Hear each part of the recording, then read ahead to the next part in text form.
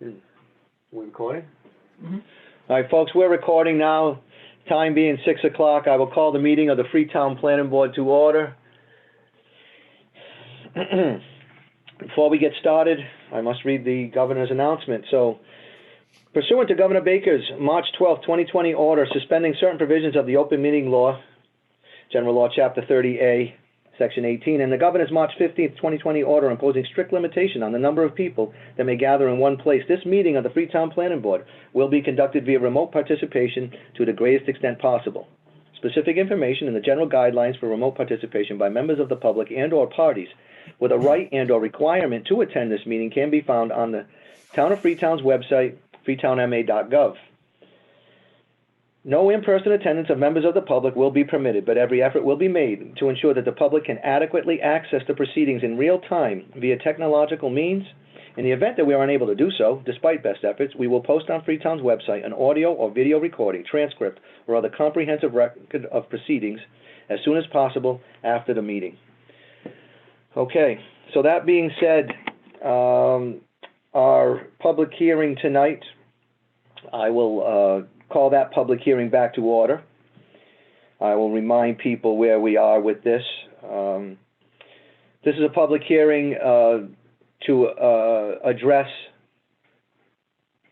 some of potential shortcomings, if you will, in our rules and regulations relative to the siting of commercial solar in residential areas, and additionally in some other areas in town. And so what we did was we operate under our current site plan rules and regulations, but that seems to be more of a generic document written more specifically to things like development of property, commercial development of property, restaurants and gas stations and buildings and that type of thing. And when we looked at trying to insert some of our concerns or things that we wanted put in there, it was determined, or at least talked about at our last meeting, that we may want to consider a whole new document rather than trying to shoehorn something into an existing document that seems to work pretty well for its intended purpose, but not so well potentially for our solar arrays and solar permitting. So what we did was we continued the last meeting in the hopes that member Mr. Joes would be able to be with us tonight. So Bob, I thank you for being here. And we wanted to make sure that everybody was on board and understood what we were doing. And so another point of interest is that we hold public hearings on all our rules and regulations, and we have for the last 20 some odd years that I am aware of. And in consult with other officials here in town, there was some concern. I think they shared the same concern that the planning board did, that this may be in fact a wholesale new document, too much of a derivation from what was actually advertised and all, and it requires a new public hearing. And I agree with that sentiment. Interestingly enough, through research, I spoke with town council, and we've been doing it, I want to say, wrong, in that for rules and regulations that pertain to local zoning bylaws, the planning board is not required to hold a public hearing. Simply put it on an agenda and do it at a regular meeting. I can tell you that myself and other officials here in town who've been doing it this way and thought that was the right way to do it, we're taken a bit aback.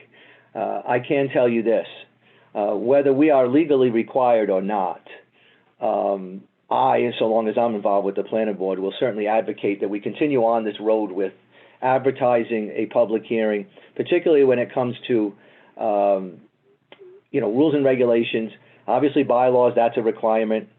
But rules and regulations could certainly have an effect, and you can see by the interested parties, right? We have both sides represented tonight with interested parties. In fairness to continuity of what we do around here, I don't really care if legally we're on the right side of the law if we don't have to have a public hearing, but I'm not willing to go down that road, and I certainly think that we should continue down the path that we have been with, advertising public hearings, having a workable document that is advertised so people have an understanding at least where we're jumping off from. Admittedly, this was done initially in haste to try to appease many parties and try to get something done quickly and efficiently. And I think what we have found is, again, like a lot of zoning, there's nuances to these things, and there's special considerations that need to be taken into, I think, that we must consider, right, when we're moving forward on this. So I know we've reached out to the Audubon to get some of their, and we received some documentation on some of their suggestions on how to permit and how to regulate, if you will, these types.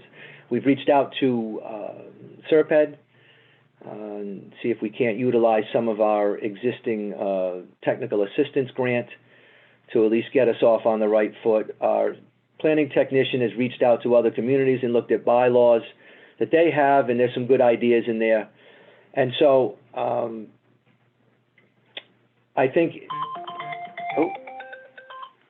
sorry about that, folks, my phone. I think that being said, and staying consistent with what we talked about last meeting, I can tell you I don't feel comfortable moving ahead and doing this outside of another public hearing. I was taken aback, folks, and I'll listen to anybody on the planning board. I know what most members we agreed last time, and again, really, it's just to give Bob an opportunity. But this certainly is not the rules and regulations that I'm looking to derivate. Again, whether we have a legal footing or not, I just think it's only fair to our constituents, and it's only fair to us in the process that we've been doing for so long. So while we're not legally required, it's my position that we should hold another public hearing with a more succinct document that really addresses the bulk of our concerns. Is there anybody else on the planning board that would like to at least comment on their feelings on this? Kevin, I agree with what you're saying, 100%. Thank you, Debbie. It's not often I get a woman to agree with me, I'll tell you right now. So, is that you, Jim? No, it's Bob. I'm sorry, Bob. Go ahead. So you would like to have, what is your goal, to close this public hearing and then open a public hearing to start a new process to have a standalone solar rules and regulations, commercial solar rules and regulations? Is that what you're thinking? Yeah, and that was kind of born, I believe, out of the conversation we had at our last meeting, where rather than looking at our rules and regulations that, again, are more geared towards controlling commercial development growth and traffic studies and light and things of that nature, we'd rather have it so that if you want to come into town and do solar, these are the rules and regulations. This is your jumping off point. And if you and so I think we can then better address things specific to solar, because again, vegetative screening can mean one thing for one instance and not and then not. I just, in looking at other towns, and it's evident that they do a lot of their regulations under bylaws. And while they're not necessarily as specific, but they give you, this is what the minimum standard is. And so if changes to our bylaw, might end up being proposed or born out of this, that's fine. But to answer your question, Bob, yes, the sentiment of the planning board, again, before knowing that the legal requirement is we don't have to advertise, but before we knew that, yes, the sentiment was, one, we want to create a different document so that solar developers can open up a document, see exactly what they need to do, and we can better address things. You know, like I said, we can get into more of the Autobahn stuff with pollinator blends and you know, certain types of sloping that's better for animal, and just things like that that we should be able to put in one place so they can look. So yeah, my intent would be to close this public hearing, making no changes and making no recommendation on it, and then in a matter of a couple weeks, hopefully have at least a workable document from Chris that for a jumping off point that we could start the next public hearing process for that, so that we can get that wrapped up in time to have it on the annual town meeting. And I excuse me, I agree with you, and I think that's that's probably sound judgment. Standalone, just for solar, for commercial solar, especially where it deals with residential and general zones, I think it's a great idea. I think you can also probably go through and go over some of the stuff that's already in site plan review. If you want to cherry pick some of the things out of that, just to make life easier, where we already use that as a framework now, kind of, sort of. And then we can actually get more deeper into detail with, like we said, hours of operation, lay down pads, vegetative screening, and all the stuff. Right, things like that. It's all lumped into one messy bundle now, where we can break it out and make it its own clean, standalone rules and regulations. Right, Bob, because those types of things are not necessarily addressed in the site plan review rules, and what we end up doing is going through the minutia and then trying to condition it. And right. so what we found through experience, Bob, and I'm glad you brought that up about the laydown area, because you know, people are trying to get more and more creative with some of their proposals that we're seeing, and if we have a description of what needs to take place relative to a laydown area, relative to typical hours for construction, whether that's in rules and regulations or not, again, these are all things that we talk about, but those are specific to solar, that I think if we can come up with a good way to have that in our rules and regulations, and it makes everybody happy, they know what they have to do coming in. We're not sitting there, in essence, at a site plan review public hearing and trying to barter back and forth about no, this is what you need to do. You need to provide us with, construction sequencing, right?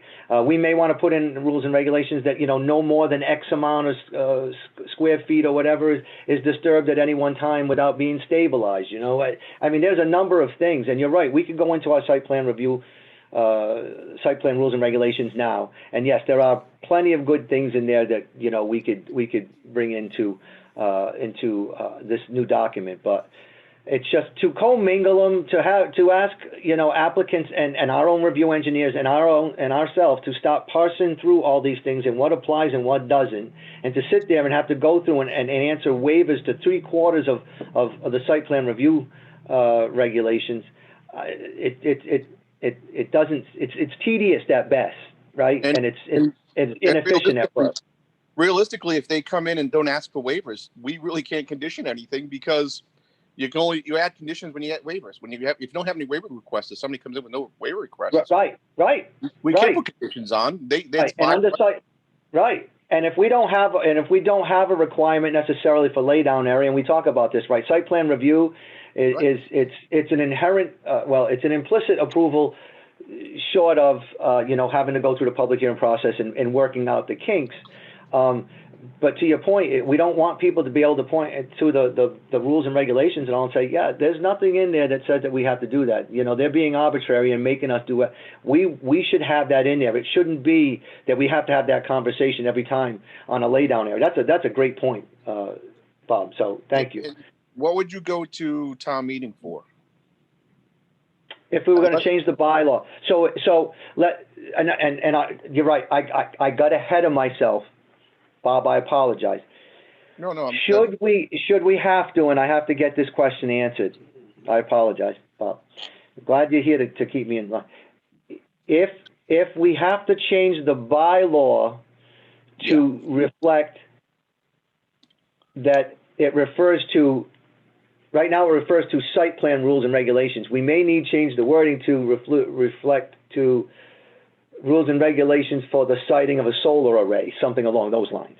And so That's what I was kind of getting at. If the answer is yes, you're going to have to do that, and I believe we may have to, unless we can get, creative with what we actually call this next document.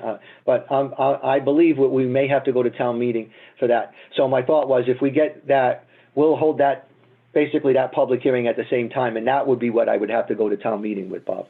Right. Because I remember a couple of years ago, we went, and we didn't have to. They said, well, no, you don't do that. We don't do rules and regulations at town meetings. It's only, Right. you do that right in the planning board meeting. So that's why I was curious. But so the No, bones of you're, it would be right here in a planning board meeting. It would be to change the reference in the bylaw. I understand. Yep. Okay. I got out, as I say, I got out over the tips of my skis on that one for a second, so you. Don't bust the knee. All right, so I know we have some interested parties. This is a public hearing. If anybody has any comment relative or to what we're talking about or what we're doing, or if you have a question relative to procedure. But I think but between the last meeting and this meeting, again, in an effort to be expedient and efficient, I think we weren't going to do justice to what really we needed to get done. So this is a better, in my opinion, and I think council would agree that, certainly keeping constituent fairness in mind, doing this with a second a public hearing would be in line with what we've done in the past. So unless anybody from the public has any comments or questions, what we'll do is once we get some sort of working document, I would anticipate that we would get something together. Chris would work on it. He would send it out to the board members. We would put it on an agenda for a brief discussion so that if anybody has anything major that they want to add before we advertise it, we would then advertise it. And I would look to do these on off nights so that we're not sitting here doing this and then also doing, other business, because sometimes these things take a while. So just be prepared that we may have to meet on a couple of off nights going forward on this. Okay? Silence is golden. So I'm going to take that nobody has got any issues with what we've talked about. So that being said, and has Chris Mello joined us? I know that he said he was going to be a bit late. No, he's not here yet. So, but I don't want to speak for him, so I won't. But I think he was at the last meeting at the tail end, or at least was in agreement with what we've had today. Or at least nobody at the meeting did not agree. All right. So Kev. Sure. So you're going to put together a draft bylaw, and then rules and regulations. Jimmy. I'm sorry. Jimmy. Rules and regulations. Yeah. Sorry. Yeah. And then we'll review on the next meeting. So you don't want to talk about what you want to put in that draft yet until you actually put it together, and then we'll review it. No, what we we can talk about it, right? I think we touched upon it a little bit last week, and that's why when we started talking about all these things we'd like to see in there, or not last week, but the last week, is why this is such a different type of document. So, no, it's again, council said, sure, you could try to do that under this because legally, but again, keeping with the spirit of on how we've done things. So typically, how we've done in the past, Jim, and I know you're a newer member, right? We don't do rules and regulations all that often, but what we do is we ask staff, right, our paid professionals, in concert with whether, again, in this case, it's going to be SERPED, potentially the Audubon's already given us some stuff, but that's why we have staff, to come up with some sort of working document that we can take a look at. Send that out, people get a chance to review it, and then we bring it to a meeting and we talk about it, because the more work that we can do on that before we advertise it, and if we can clean it up, somebody sees, hey, we never addressed the lay down area. There's nothing in there. Okay, well, we should put that, make sure that's in for the advertisement. Okay. Or, there's something in here that says something we don't all agree with. Well, no, okay. That we're not going to advertise that because we'll take that out. And typically that's how it works. We like to go to public here. Now, bylaws, we will work on them for a long time before we advertise that. But with the rules and regulations, that's typically been how it is. So we like people to, because again, now we've changed the mission. We have a chance to create a whole new document. So its form is going to be different. And so, you know, we're going to increase definitions. So I'm going to want him to look and get more definitions to put in there. So, yeah, that's what I'm saying is we will, disseminate as much information as we can. We will talk about it at an open meeting and say, yeah, okay, we're comfortable. At least this is the document we want to advertise. And then once we hold the public hearing, we get public input on that, and we can make changes accordingly. Again, keeping in mind that we're not required to do that. I was flummoxed by finding that out from council, that it's only subdivision control where you need to advertise and have a public hearing. I think you'd have a knockdown drag out with our former town clerk on that position, but the law is the law, and so, but yeah, that's the intent. So, Mr. Chair, you're going to solicit proposals from us ahead of time. Like, for example, if Jim has a couple of things he would like to see discussed, do you want him to email them in ahead of time so you can lump them into the whole thing, or do you want to wait till? I would, yeah, I would prefer that. And you know, when we started even this public hearing, right? We started a while ago that, hey, if you have any ideas, anything like that, send it into the board. I would just ask so that we can be in compliance with open meeting law. Is that any material that you would forward to Chris, to Nils there, and then he would disseminate it to the board members. And again, polite reminder that you cannot be talking back and forth with each other, you know, on this. All communications need to be going through the office. It just keeps it above board. But yes, and I would anticipate that, you know, that Bob, you've got some more experience than all of us with solar, I think, in a lot. So I'm looking forward to getting some of your comments. But some of the existing documents that are from in other towns and all, pretty comprehensive. So I think that we can Chris can come up with something in the next couple of weeks that we can get out to people. And then, yeah, stop firing things in. If it goes into, Chris will disseminate it to the rest of the board for us to consider. And, hey, the more information we have, the better at the end of the day. Did you find anything? Go ahead, Jim. Did you find anything about when you were reading other bylaws, what other towns are doing about decommissioning? The solar, I mean, solar technically has probably 20, 25 years life. You know, who's taking care of the decommissioning and cleaning up the site, it's which similar could to become what? Toxic.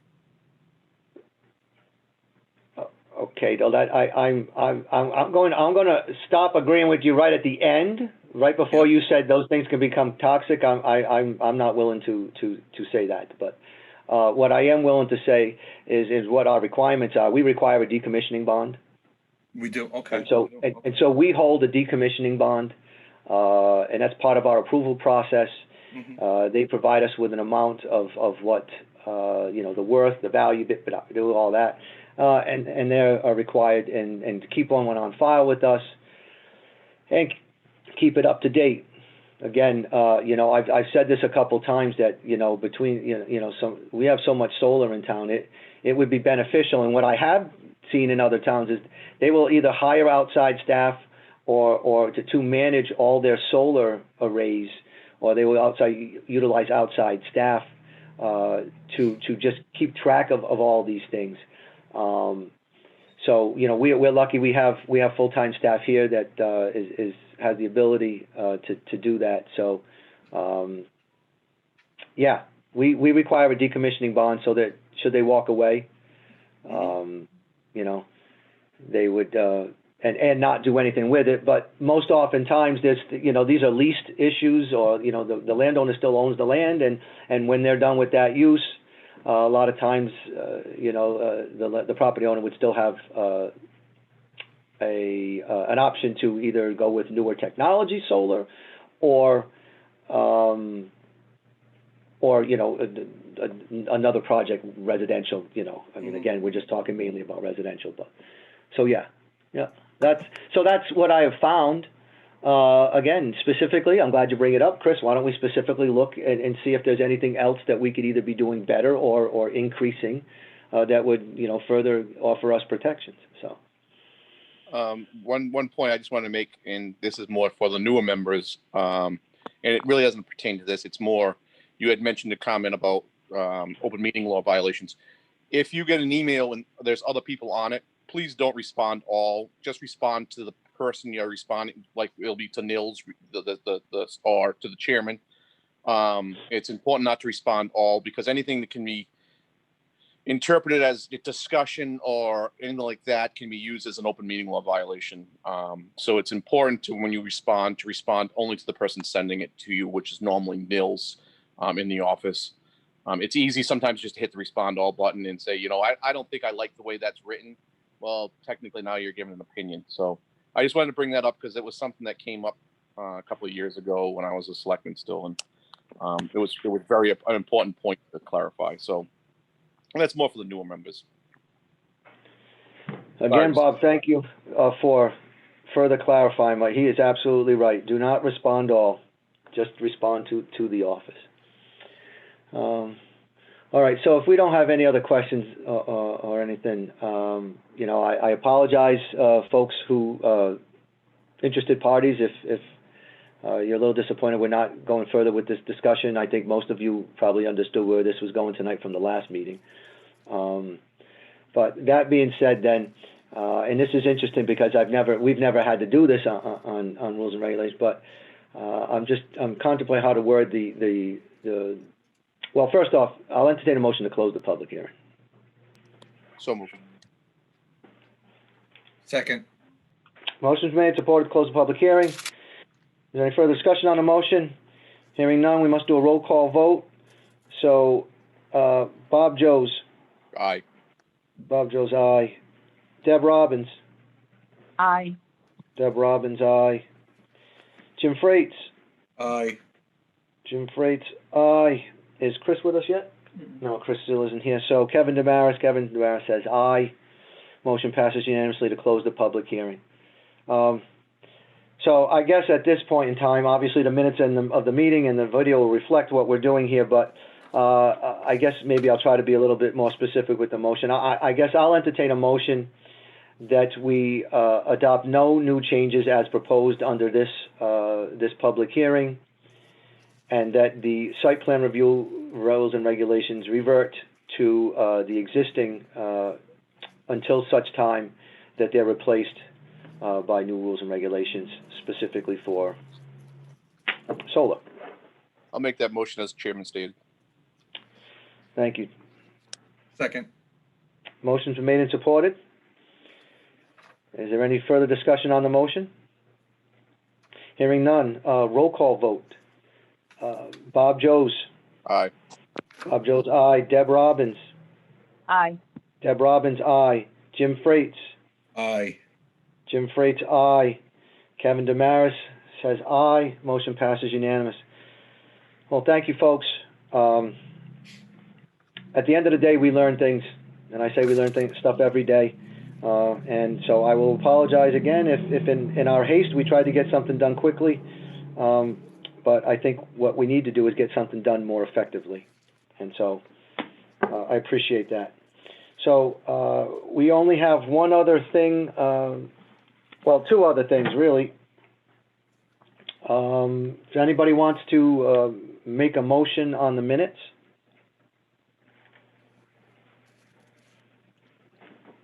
If not, we can do it at another meeting. That's fine. I don't want to go too long, but these are meeting minutes from October, right? Yeah. Yeah. It's just a meeting in October, so. I'll make a motion to approve the minute for October 6th. Yes, October 6, 2020. All right. I need a second.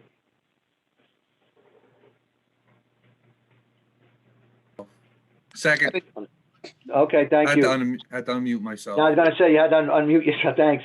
Sorry So about motions that. are made and supported to approve the planning board minutes as written for October 6, 2020. Any further discussion on the motion? Hearing none, roll call vote. We have to do it. So all in favor, Bob Joes? Aye.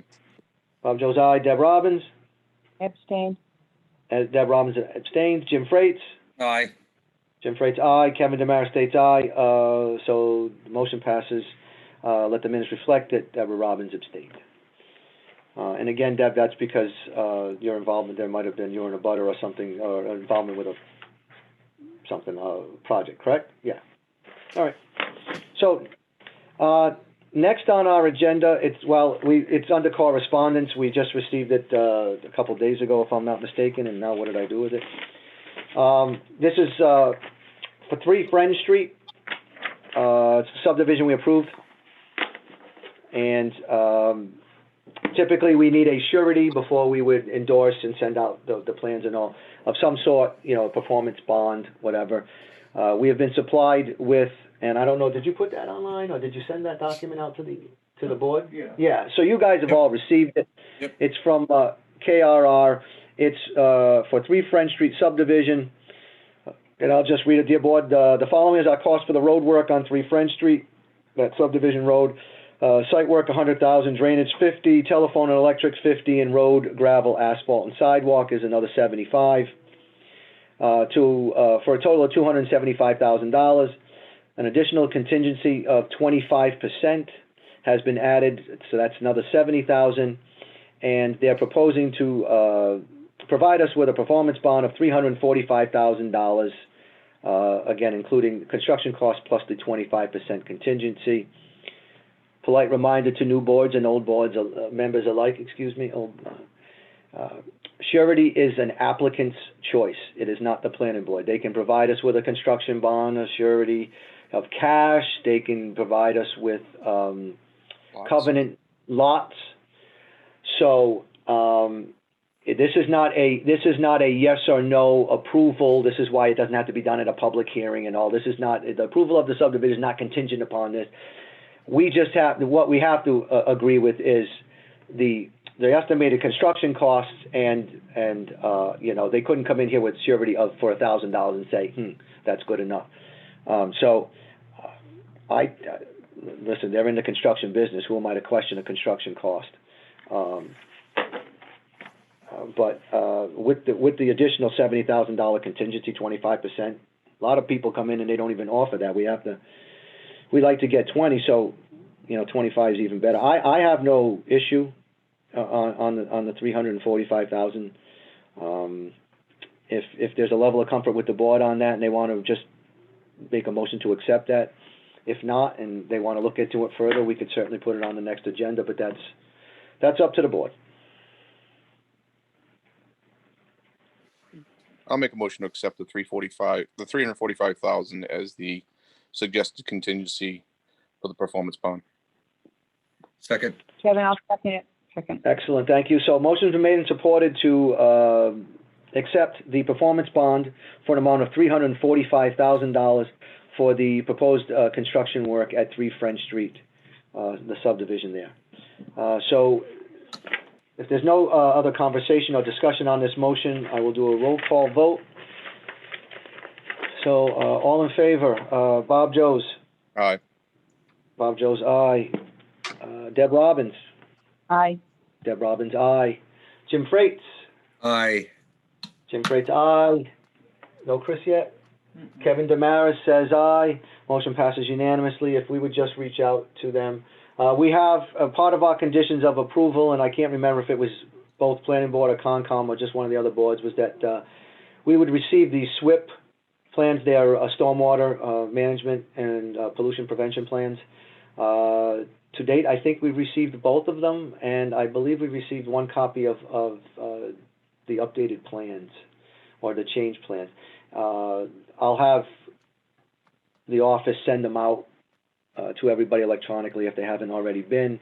And when we get I think the final document, I'll have that get sent out. So if you remember, we gave them a few weeks to do that. Actually, we gave them a month. They said they'd get it done in 2 weeks. So I guess they're being true to their word. All right. We have a meeting tomorrow night. It's an executive session meeting in conjunction with the Zoning Board of Appeals. So I guess we'll talk to most of you tomorrow night. And Dave, you with us? Yeah, Dave's there, right? Yeah.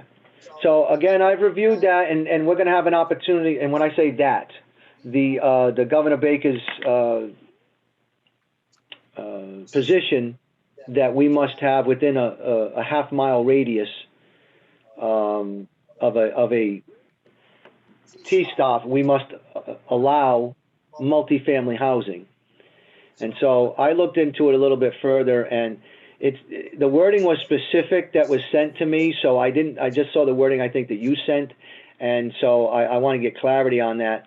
It said specifically without the requirement of a special permit. And so, I've asked Chris to look at and see whether PMUD and the rules and or that bylaw is a special permit requirement or if it's site plan review. Additionally,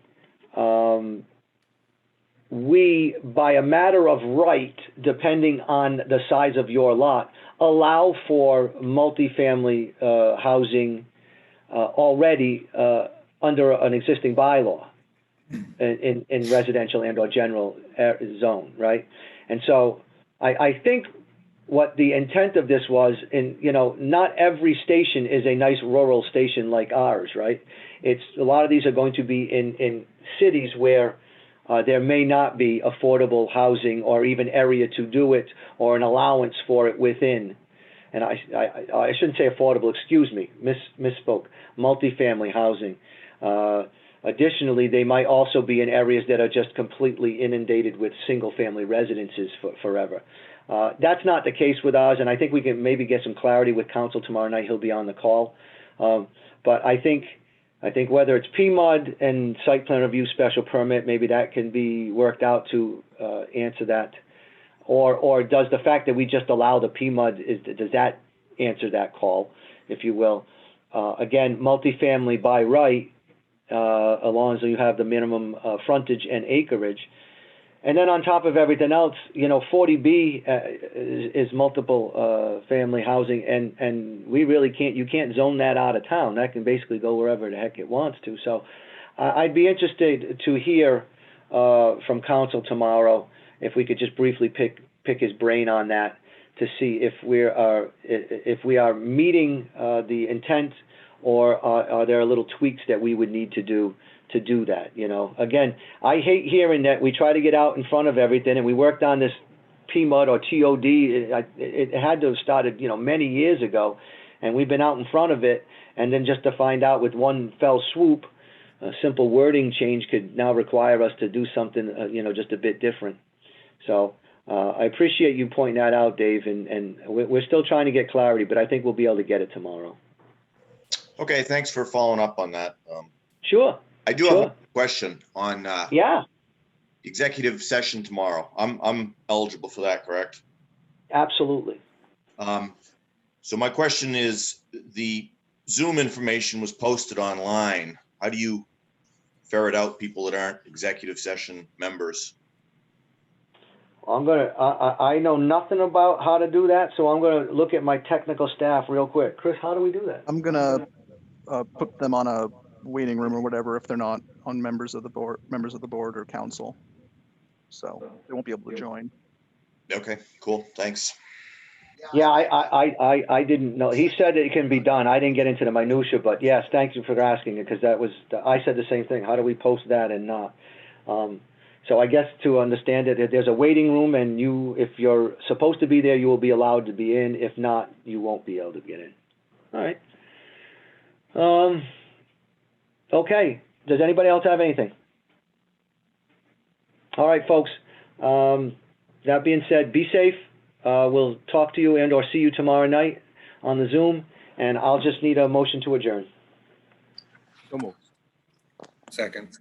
Motion made, supported to adjourn. If there's no further discussion on the motion, all in favor, roll call vote. Bob Joes. Aye. Bob Joes, aye. Deb Robbins. Aye.